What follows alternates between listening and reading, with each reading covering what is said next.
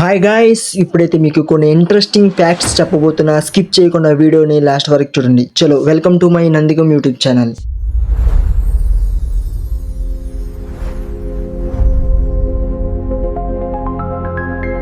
Fact number 1. అసలు train సీట్లు blue కలర్లో ఎందుకుంటాయో మీరు ఎప్పుడైనా ఆలోచించారా? మనం చూస్తే ఎక్స్ప్రెస్ అయినా లేదా ప్యాసింజర్ ట్రైన్ అయినా దాదాపు ప్రతి కోచ్లో సాధారణంగా ఒక విషయం కనిపిస్తుంది. అదే సీట్లు బ్లూ కలర్లో ఉండడం. ఇది కేవలం డిజైనా లేదా దీని వెనుక ఏదైనా ప్రత్యేక కారణం ఉందా అనేది ఇప్పుడు మనం తెలుసుకుందాం. కేవలం ఇండియాలోనే కాదు, దాదాపు ప్రపంచవ్యాప్తంగా ఉన్న అనేక ఫేమస్ ఎయిర్లైన్స్ కూడా తమ విమాన సీట్లకు బ్లూ కలర్ని ఎక్కువగా ఉపయోగిస్తారు.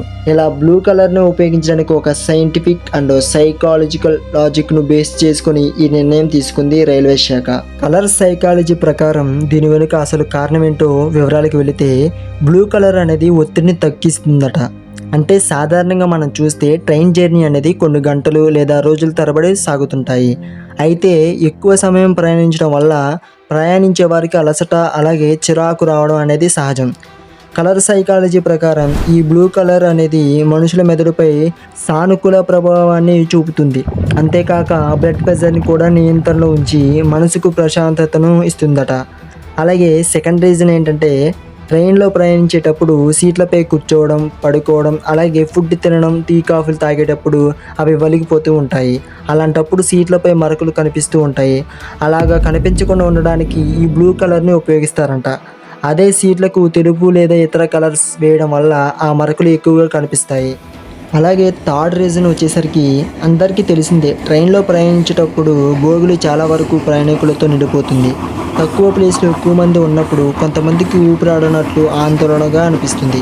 సైంటిస్టుల ప్రకారం బ్లూ కలర్ అనేది కళ్ళకు విశాలమైన అనుభూతిని గుర్తు చేస్తుంది. అంటే ఆకాశం లేదా సముద్రం లాంటి పెద్ద స్థలాన్ని గుర్తు చేస్తుంది. ఇది బోగి లోపల ఇరుకుగా ఉందనే భావనను మానసికంగా తగ్గిస్తుందట. ఇలా అన్ని రకాలుగా ఆలోచించి ఇండియన్ రైల్వే ఈ బ్లూ కలర్ను స్టాండర్డ్ రంగుగా మార్చింది. తక్కువ నిర్వహణ ఖర్చుతో సీట్లు ఎక్కువ కాలం శుభ్రంగా కనిపిస్తాయి. Fact number 2. వాచ్ను ఎప్పుడు లెఫ్ట్ హ్యాండ్కి ఎందుకు పెట్టుకుంటారో తెలుసా? ఇది 99% మందికి అసలు రీజన్ ఏంటో తెలియదు.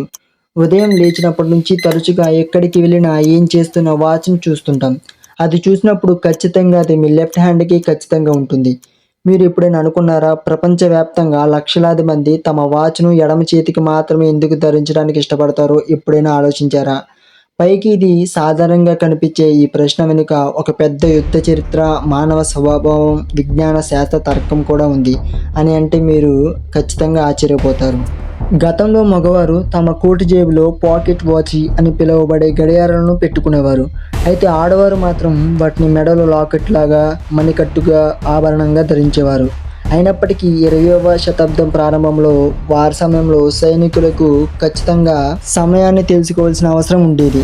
యుద్ధ స్థలంలో సమయం చూసుకోవడానికి జేబులోంచి గడియారాన్ని బయటకు తీయడం ఇబ్బందిగా ఉండేది. అందుకే సైనికులు తమ మణికట్టుకు గడియారాలు ధరించడం మొదలుపెట్టారు. చాలామంది సైనికులు ఆయుధాలు ప్రయోగించడానికి తమ కుడి చేతిని ఉపయోగించేవారు. కాబట్టి వీళ్ళు సమయం చూసుకోవడానికి ఆయుధాలు తీయాల్సిన అవసరం లేకుండా ఉండేందుకు తమ ఎడమ చేతికి వాచ్ని పెట్టుకునేవారు. ప్రపంచ జనాభాలో దాదాపు 90% మంది కుడి చేతి వాడటం కలవారు. ఏ పని చేయడానికైనా ఎక్కువగా కుడి చేతిని ఉపయోగిస్తాం. కుడి చేతికి గడియారం పెట్టుకుంటే పని చేసే క్రమంలో వాచ్ దేనికైనా తగిలి అద్దం పగిలిపోవడం లేదా గీతలు పడే అవకాశం ఎక్కువగా ఉంటుంది. దానికి బదులుగా ఎడమ చేయి తక్కువ చురుకుగా ఉంటుంది. అందువల్ల ఎక్కువ ఖరీదైన గడియారం పాడవకుండా ఉండేందుకు లెఫ్ట్ హ్యాండ్కే పెట్టుకోవడం అందరికీ అలవాటుగా మారింది.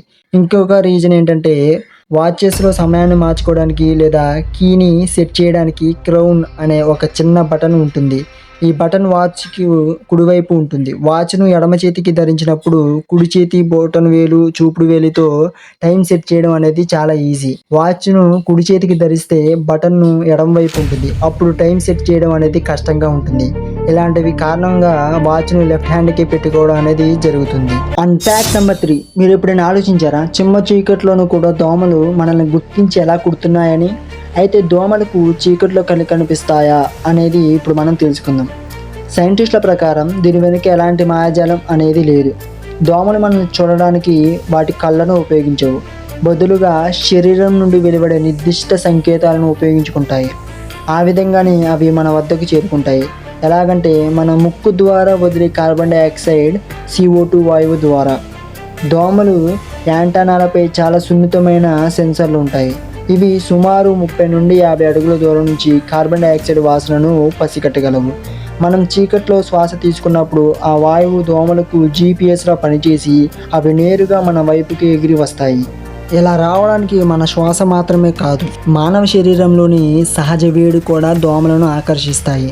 దోమలకు సహజమైన ఇన్ఫ్రారెడ్ సెన్సార్లు ఉంటాయి. ఈ సెన్సార్లు చీకట్లో వెచ్చని రక్తం గల జంతువులను లేదా మనుషులను గుర్తించడానికి వాటికి సహాయపడతాయి. అలాగే వ్యక్తి శరీర దుర్వాసన భిన్నంగా ఉంటుంది. మన శరీరం నుండి వచ్చే చెమట దానిలోని లాక్టిక్ ఆమ్లం, అమోనియా, యూరిక్ ఆమ్లం వంటివి ఉండడం వల్ల దోమలను ఆకర్షించి అయస్కాంతంలా పనిచేస్తుంది. శరీరంలో ఎక్కువ లాక్టిక్ ఆమ్లం ఉత్పత్తి అయ్యే వ్యక్తులను ఇతరుల కంటే దోమలు ఎక్కువగా కుట్టే అవకాశం ఉంది. అందుకే ఒకే గదిలో నిద్రించే ఇద్దరిలో ఒక వ్యక్తిని దోమలు ఎక్కువగా ఇబ్బంది పెడితే మరొకరిని తక్కువగా ఇబ్బంది పెడతాయి. అండ్ ఫ్యాక్ట్ నెంబర్ 4, సాధారణంగా ఆడవారు బైక్ మీద కూర్చున్నప్పుడు 2 కాళ్ళు ఒకే వైపుకు పెట్టి కూర్చుంటారు. ఎందుకెలా? మనం అనుకుంటాం కేవలం చీరలు కట్టుకోవడం వల్ల ఎలా కూర్చుంటారని. అలా కూర్చోవడం వల్లే వారు కంఫర్ట్గా ఫీల్ అవుతారు అని అనుకుంటాం. కానీ దీని వెనుక ఇంకొక రీజన్ ఉందని అంటున్నారు. అదేంటో తెలుసుకుందాం. దీని వెనుక శతాబ్దాల నాటి యూరోపియన్ చరిత్ర, అలాగే వలస రాజ్యాల ప్రభావం ఉందని కొంతమంది ప్రముఖులు చెబుతున్నారు. ఆడవారు ఇలా పక్కకు తిరిగి కూర్చోవడం అనే సంస్కృతి మధ్యయుగ ఐరోపాలోని ఉన్నత వర్గాల నుంచి వచ్చిన అలవాటు. 14వ శతాబ్దంలో ప్రిన్సెస్ అనే ఆఫ్ బోహీమియా దాదాపు 1600 కిలోమీటర్లు ప్రయాణాన్ని గుర్రంపై ఒక పక్కకు కూర్చొని పూర్తి చేశారు. ఆ కాలంలో మహిళలు పురుషుల వలె గుర్రంపై 2 కాళ్ళు ఇరువైపులా వేసి కూర్చోవడం అమర్యాదగా భావించేవారు. స్త్రీల మర్యాదను కాపాడడానికి ఈ పద్ధతిని ప్రవేశపెట్టారు. బ్రిటిష్ పాలనా సమయంలో ఈ సంస్కృతి భారతదేశానికి వచ్చింది. అప్పట్లో బ్రిటిష్ మహిళలు గుర్రపు స్వారీ చేసేటప్పుడు ఇదే పద్ధతిని పాటించేవారు. కాలక్రమేణా ఇది మన దేశంలోని సామాజిక నిబంధనలో కలిసిపోయింది. ఇది దీని వెనుకున్న reason. And last fact number 5, సాధారణంగా విజిల్ ఎవరు వేస్తారు? మనమేగా. ఉత్సాహం వచ్చినప్పుడు విజిల్ వేసేది. అయితే మనం వేసే విజిల్ ఒక చెట్టు కూడా వేస్తే ఎలా ఉంటుంది? ఉంటుందో కాదు, నిజంగా అలాంటి చెట్టు ఉంది. ఇది వినడానికి ఆశ్చర్యంగా ఉంటుంది. నిజానికి ప్రకృతిలో ఎన్నో వింతలు దాగున్నాయి. అలా దాగున్న వింతల్లోనే ఇదొక వింత, విజిల్ వేసే చెట్టు. ఈ చెట్టు ఎక్కడో లేదు, ఆఫ్రికా అడవుల్లో ఉంది. అచ్చం మనిషిలాగే చెట్టు విజిల్ వేస్తుందట. ఈ చెట్టు పేరు విజిలింగ్ థార్న్. ఆఫ్రికా అడవుల్లో ఎక్కువగా కనిపిస్తుంటాయి.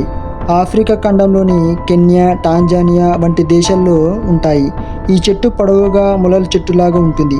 అంతేకాకుండా చెట్టుకు గుండ్రంగా ఉండే కాయలు, అలాగే చీమలు కూడా ఈ చెట్టుపై నివాసం ఉంటాయి. చీమలు చెట్టు 2 సహాయం చేసుకుంటూ మనుగడను సాగిస్తాయంట. అయితే ఈ చెట్టు గాలి వచ్చినప్పుడు విజిల్ వేస్తుంది. మనిషి ఎలా విజిల్ వేస్తాడో అదేవిధంగా గాలి వేస్తే అలాగే వేస్తుంది. కొన్నిసార్లు అయితే కొంతమంది కలిసి విజిల్ వేస్తే ఎలాంటి శబ్దం వస్తుందో అలాంటి శబ్దం వస్తుంది. ఈ చెట్టు నుంచి వచ్చే శబ్దం విని పక్షులు ఆ చెట్టు వైపుకు రాకుండా పారిపోతాయి. దీంతో ఆ చెట్టుపై ఉండే చీమలు ఆహారం తీసుకుంటూ దానిపైనే ఆనందంగా ఉంటాయి. చీమలకు ఆ చెట్టు రక్షణగా ఉంటుంది.